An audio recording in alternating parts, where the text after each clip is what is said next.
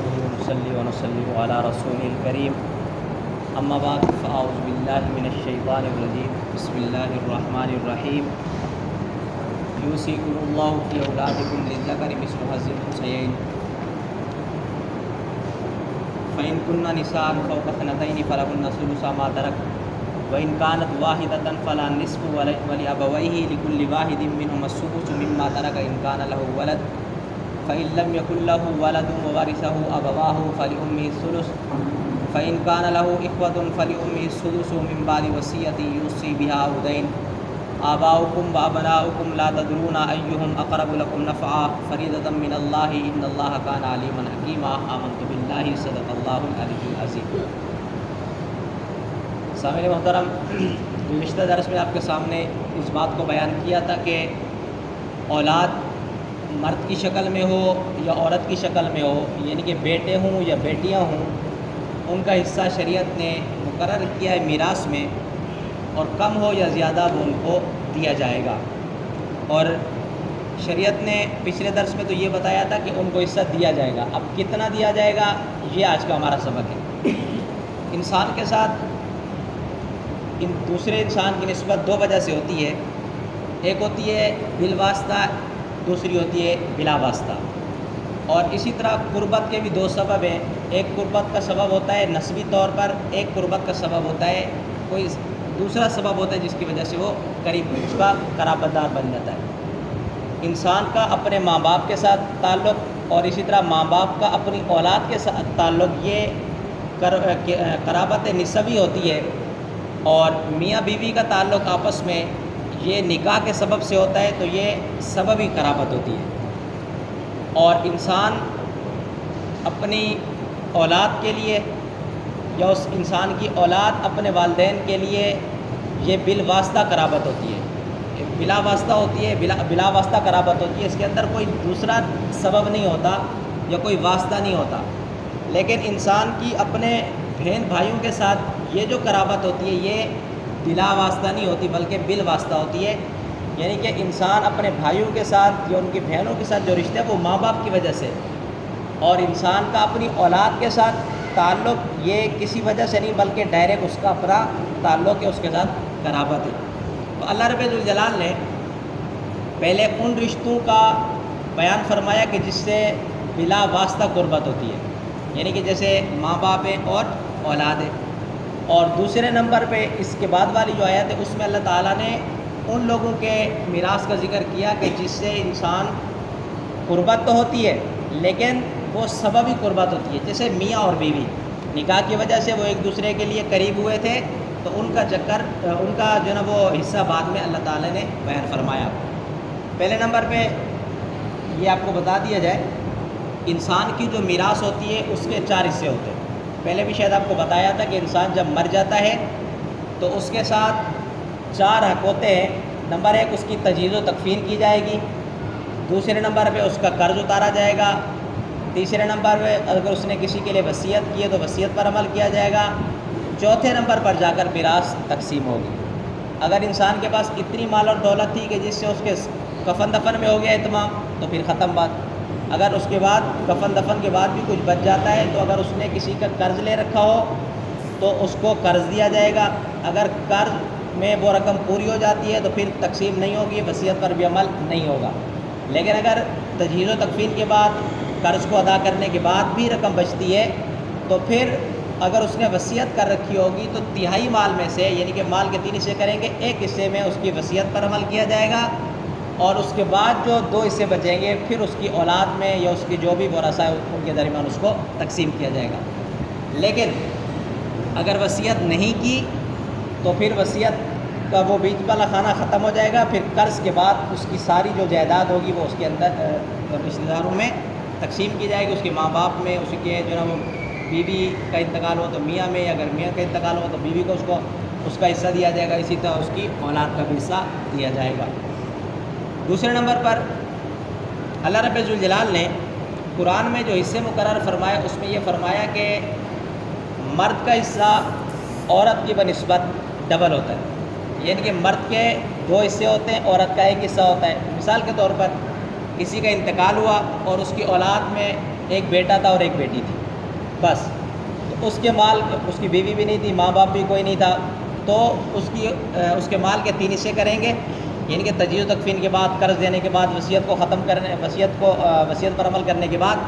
اس کے مال کے 3 حصے کریں گے، 2 حصے بیٹے کو دیں گے، 1 حصہ بیٹی کو دیں گے۔ لیکن یہ تو اس صورت میں ہے کہ جب بیٹی کے ساتھ کوئی بیٹا بھی موجود ہو تو بیٹے کو ڈبل ملے گا، بیٹی کو سنگل ملے گا۔ لیکن اگر بیٹا نہیں ہے، صرف بیٹی ہے، ایک بیٹی ہے، تو اس کو کل مال میں سے آدھا ملے گا، یعنی کہ 50 لاکھ چھوڑیں تو 25 لاکھ بیٹی کو دے دیے جائیں گے اگر ایک بیٹی ہو تو۔ اگر 2 بیٹیاں ہیں تو پھر مال کے 3 حصے کریں گے، 3 حصے میں سے 2 حصے 2 بیٹیاں ہوں یا 2 سے زیادہ جتنی بھی بیٹیاں ہوں ان کو مال کے 2 حصے دے دیے جائیں گے، باقی جو حصہ بچے گا اس کے دیگر ورثاء میں وہ تقسیم ہوگا۔ یہ اس صورت میں ہے کہ جب بیٹی کے ساتھ کوئی بیٹا نہ ہو، اگر ایک ہو تو آدھا دیا جائے گا، اگر 2 ہوں بیٹیاں یا 2 سے زیادہ ہوں تو پھر ان کو مال کے 2 حصے دیے جائیں گے، 1 حصہ باقی فریقین کے اندر تقسیم کیا جائے گا۔ اسی طرح ماں اور باپ، ماں کا حصہ اگر اولاد ہو تو 8واں حصہ ہوتا ہے، اگر اولاد نہ ہو تو 4تھا حصہ ہوتا ہے۔ 4تھا حصہ زیادہ ہوتا ہے، 8واں حصہ کم ہوتا ہے۔ ہمیں بظاہر یوں لگ رہا ہے کہ 4تھا حصہ زیادہ ہوتا ہے، کم ہوتا ہے، 8واں حصہ زیادہ ہوتا ہے، بلکہ تقسیم کریں گے، اگر کل مال کے ہم 8 حصے کرتے ہیں 80,000 روپے، اگر اس کے 8 حصے کریں گے تو 10,000 روپے بیوہ کا حصہ آئے گا۔ لیکن اگر 80,000 روپے ہیں، اس کی اولاد نہیں ہے،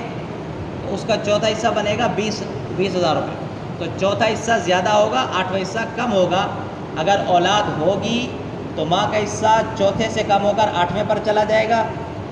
اور اگر اولاد نہیں ہوگی تو پھر اس کو 4تھا حصہ ملے گا۔ اسی طرح باپ ہے، باپ کو شریعت نے جو حصہ دیا اس کے لیے ویسے اگر اولاد ہو تو اس کے لیے جو ہے نا وہ 6ٹھا حصہ ہوتا ہے، اور اگر اولاد نہ ہو تو اس کے لیے آدھا حصہ ہوتا ہے۔ اللہ رب الجلال نے اسی چیز کو بیان فرمایا۔ اور دوسرے نمبر پر یہ جو سوال کیا جاتا ہے، یہ اعتراض کیا جاتا ہے شریعت کے اس اصول پر کہ بیٹی کو حصہ زیادہ دینا چاہیے تھا کہ اس لیے کہ لڑکی ہے، کماتی نہیں ہے، اس کا خرچہ بھی ہے، بیٹے کو حصہ کم دینا چاہیے تھا اس لیے کہ بیٹا کما بھی سکتا ہے۔ تو شریعت نے اس اصول کو مد نظر نہیں رکھا، یہ ہماری سوچ ہے کہ بیٹی نہیں کماتی تو اس لیے اس کو ڈبل دینا چاہیے، اور بیٹا کماتے اس کو سنگل دینا چاہیے، یہ ہماری سوچ ہے۔ شریعت نے جو بیٹے کو حصہ زیادہ دینے کا کہا، اس کی الگ سے کچھ وجوہات ہیں۔ پہلے نمبر پہ علماء نے اس کے جو جواب دیے ہیں کہ بیٹے کو ڈبل کیوں دیا جائے گا، بیٹی کو سنگل کیوں دیا جائے گا، اس کے بارے میں پہلا جواب یہ ہے کہ مرد کی بنسبت عورت کے اخراجات کم ہوتے ہیں، یعنی کہ عورت کے اخراجات، آج کے دور کی بات نہیں کر رہا ہوں کہ اگر سوٹ لینے جائے تو 50,000 کا سوٹ لے، میک اپ کروانے جائے تو 8,000 کا میک اپ کروا لے، ویسے عام بات کر رہا ہوں کہ عورت کا خرچہ مرد کی نسبت کم ہوتا ہے، اور اس لیے کہ عورت کو کسی کا خرچہ اٹھانا نہیں پڑتا کہ میاں کا خرچہ اٹھائے، بیٹوں کا اٹھائے، بیٹیوں کا اٹھائے، اپنے خاندان کو اٹھائے، ایسا ذمہ داری عورت پر نہیں ہوتی، یہ ذمہ داری مرد پر ہوتی ہے کہ وہ اپنی اولاد کا خرچ بھی اٹھاتا ہے، اپنی بیگم کا بھی اٹھاتا ہے، اپنے والدین کا بھی اٹھاتا ہے، اگر اور کوئی اس کی کفالت میں ہو تو ان کا بھی خرچ اٹھاتا ہے، تو اس کی ذمہ داری زیادہ ہے، تو اس وجہ سے شریعت نے اس کا حصہ زیادہ رکھا۔ ایک جواب۔ دوسرا جواب یہ ہے کہ سماجی کاموں کے لحاظ سے مرد کی ذمہ داریاں زیادہ ہوتی ہیں، اس لیے کہ مرد امام بھی بن سکتا ہے، امام سے مراد بادشاہ، یہ بھی امام بھی یعنی کہ مسجد والا، اور دوسرا جو امامت یعنی کہ جو حکومت کی دیکھ بھال کرتا ہے، صدر جس کو ہم کہتے ہیں، صدر بن سکتا ہے، اسی طرح جو ہے نا قاضی یعنی کہ چیف جسٹس بن سکتا ہے، فیصلے کرنے والا جج بن سکتا ہے، اور اسی طرح ملک اور وطن کے نظم و نسق کو چلانے کی ذمہ داریاں بھی رکھتا ہے، اور کاروباری معاملات میں بھی مرد کی گواہی عورت سے جو ہے نا وہ دگنی ہے، تو اس وجہ سے مرد کا حصہ بھی ڈبل رکھا گیا۔ تیسرا جواب یہ ہے عورت صنفاً کمزور ہوتی ہے، یعنی کہ عورت صنف نازک ہوتی ہے، عورت کمزور ہوتی ہے، اور اگر اس کو زیادہ پیسہ دے دیا جائے گا تو اس سے مال ضائع ہو جائے گا، اس وجہ سے بھی شریعت نے عورت کا حصہ کم رکھا، مرد کا حصہ زیادہ رکھا۔ تو یہ جو اعتراض ہو رہا تھا اس کا بھی جواب، اور جو اللہ رب الجلال نے ترتیب بتائی اس کا بھی ایک طرح سے خلاصہ بھی ہو گیا۔ اب آیت کا ترجمہ اللہ رب الجلال نے ارشاد فرمایا کہ یوصیکم اللہ فی اولادکم للذکر مثل حظ الانثیین، اللہ تمہاری اولاد کی وراثت کے حصوں کے متعلق تمہیں حکم دیتا ہے کہ میت کے ایک بیٹے کا حصہ 2 بیٹیوں کے برابر ہے، یعنی کہ بیٹے کا حصہ زیادہ ہوگا، بیٹی کا حصہ کم ہوگا۔ فَإِن كُنَّ نِسَاءً فَوْقَ اثْنَتَيْنِ فَلَهُنَّ ثُلُثَا مَا تَرَكَ، تو اگر صرف بیٹیاں ہوں، بیٹے نہ ہوں، اگر صرف بیٹیاں ہوں، 2 ہوں یا 2 سے زیادہ ہوں، تو ان کا حصہ کل مال میں سے 2/3 ہوگا، اور اگر ایک ہی بیٹی ہو تو اس کا حصہ آدھا ہوگا۔ اور وَلِأَبَوَيْهِ لِكُلِّ وَاحِدٍ مِّنْهُمَا السُّدُسُ مِمَّا تَرَكَ إِن كَانَ لَهُ وَلَدٌ، اگر میت کی اولاد ہو تو اس کے ترکے میں سے اس کے ماں باپ میں سے ہر ایک کو 6 حصہ ملے گا، یعنی کہ ماں باپ زندہ ہیں، اولاد بھی ہے، تو اس صورت میں ماں اور باپ کو 6 حصہ ملے گا، اور باقی اس کی بیگم کو بھی دیا جائے گا، اور پھر اس کی باقی جو بچے گا اس کی اولاد کے درمیان تقسیم کیا جائے گا۔ اور فَإِن لَّمْ يَكُن لَّهُ وَلَدٌ وَوَرِثَهُ أَبَوَاهُ فَلِأُمِّهِ الثُّلُثُ، اور اگر صرف ماں باپ ہو یعنی کہ اولاد نہ ہو تو پھر ماں کا تیسرا حصہ ہوگا کل مال میں سے۔ اور فَإِن كَانَ لَهُ إِخْوَةٌ فَلِأُمِّهِ السُّدُسُ،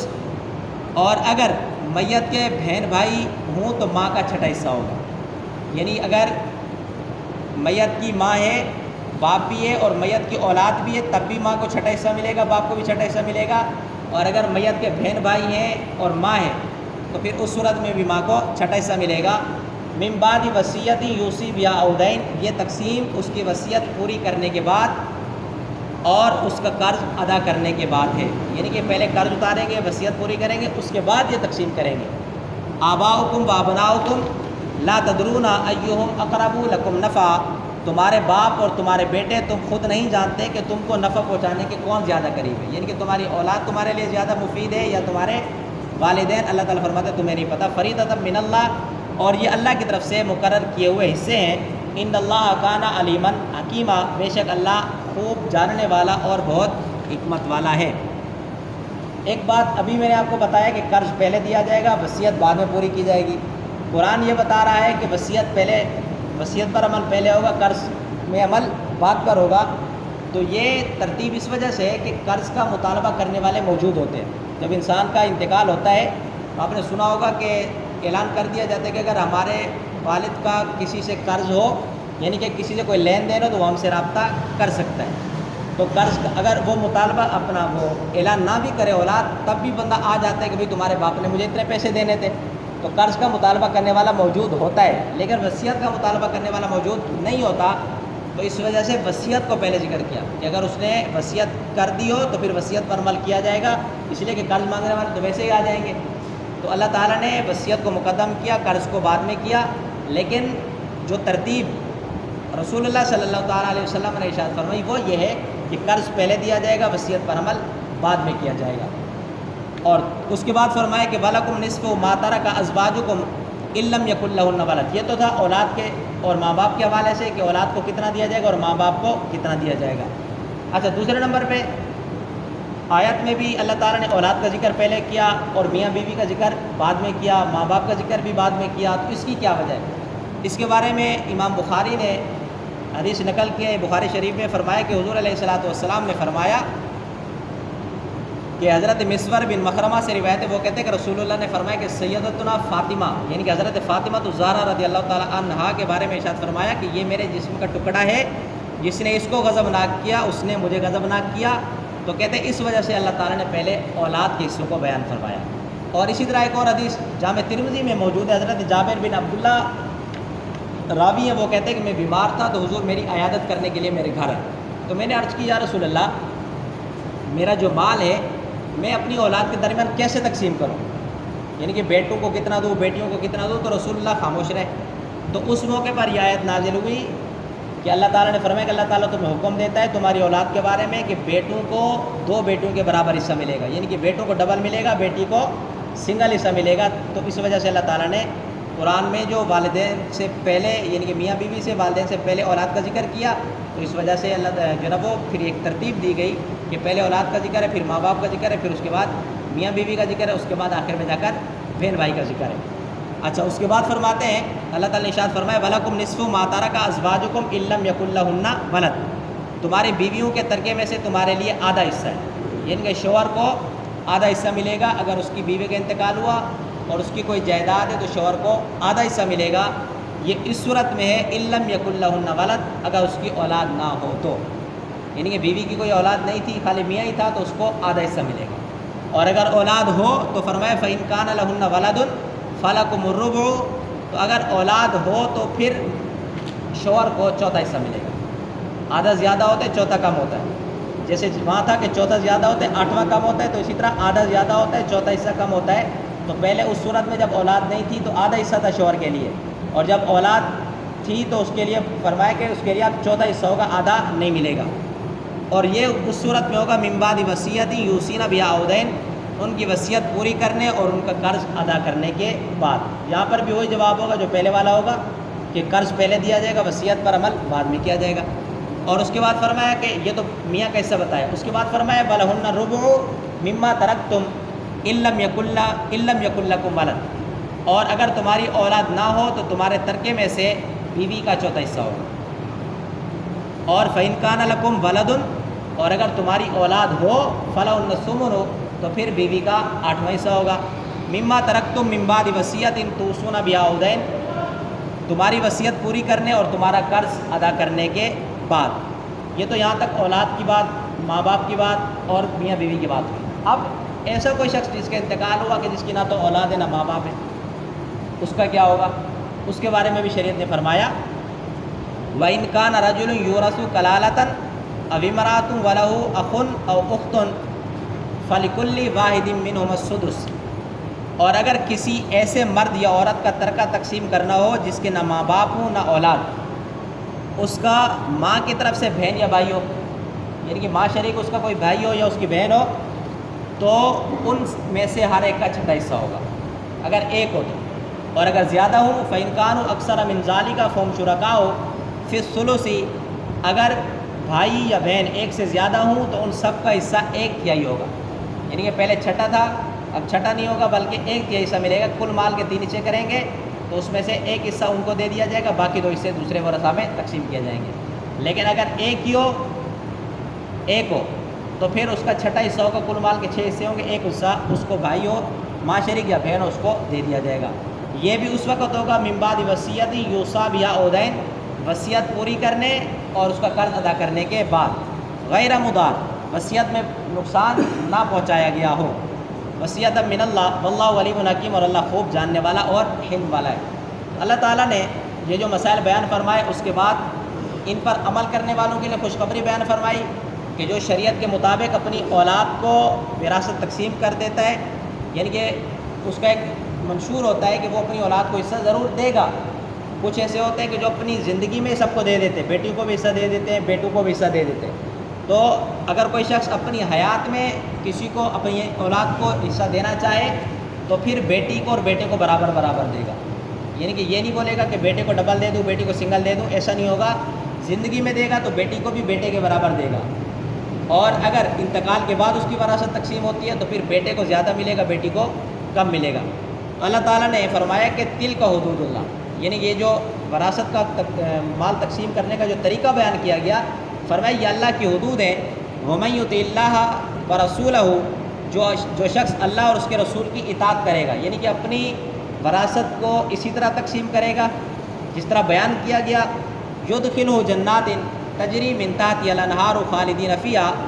اللہ اس کو ان جنتوں میں داخل کرے گا جن کے نیچے دریا بہتے ہیں. خالدین فیہا، وہ اس میں ہمیشہ ہمیشہ رہیں گے. وذالک الفوز العظیم، یہ بڑی کامیابی. یہ تو اس کے لیے انعام ہے جو برابر انصاف کے ساتھ ہر ایک کو حصہ برابر دے گا. لیکن جو اللہ کی نافرمانی کرے گا، یعنی کہ یہ کہے گا کہ نہیں بیٹیوں کو دینا ہی نہیں ہے، بس بیٹوں کو دینا ہے، یا جو نا وہ بیگم کو دیا ہی نہیں، باقی سب کسی نے قبضہ کر لیا، باپ نے کہا میں اس کی جو نا اپنی یعنی کہ بہو کو کچھ نہیں دوں گا یا اپنی بیگم کو کچھ نہیں دوں گا، بس سارا مال خود ہڑپ کر جاؤں گا، یا جو بھی اس ترتیب کے خلاف کرے گا یا جو اللہ کی نافرمانی کرے گا اس طرح تقسیم نہیں کرے گا، تو فرمائے کہ وَمَن يَعْصِ اللَّهَ وَرَسُولَهُ، اور جو اللہ اور اس کے رسول کی نافرمانی کرے گا، وَيَتَعَدَّى حُدُودَهُ، اور اللہ اس جو بیان کی گئی اللہ کی حدود اس سے تجاوز کرے گا، يُدْخِلْهُ نَارًا خَالِدًا فِيهَا، اللہ اس کو دوزخ میں داخل کرے گا جس میں وہ ہمیشہ ہمیشہ رہے گا. وَلَهُ عَذَابٌ مُّهِينٌ، اور اس کے لیے ذلت والا عذاب ہے. تو اللہ تعالیٰ نے وراثت کے مسائل کو بھی تفصیل بیان فرمایا. تو یہ ہمارے لیے ایک سبق ہے کہ ہم نے بھی ان چیزوں کو مد نظر رکھ کر اپنی اولاد کے درمیان ترکے کو تقسیم کرنا ہے. اگر ہم دنیا میں یعنی کہ اپنی زندگی میں رہتے ہوئے اپنی اولاد کو ان کا حصہ نہیں دے سکتے تو پھر کم سے کم یہ بول کر جائیں کہ ہماری جائیداد میں سے جس کا جتنا حصہ بنے اس کو اتنا دینا ہے. بہنوں کا حق نہیں کھانا،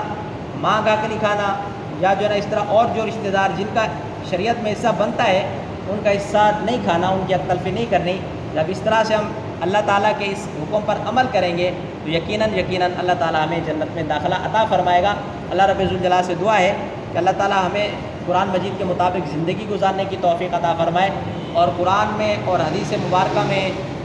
جو ہمارے لیے حکم نازل کیے گئے اللہ تعالیٰ ہمیں ان پر کما حق ہو عمل پیرا ہونے کی توفیق عطا فرمائے۔ وآخر دعوانا الحمدللہ رب العالمین۔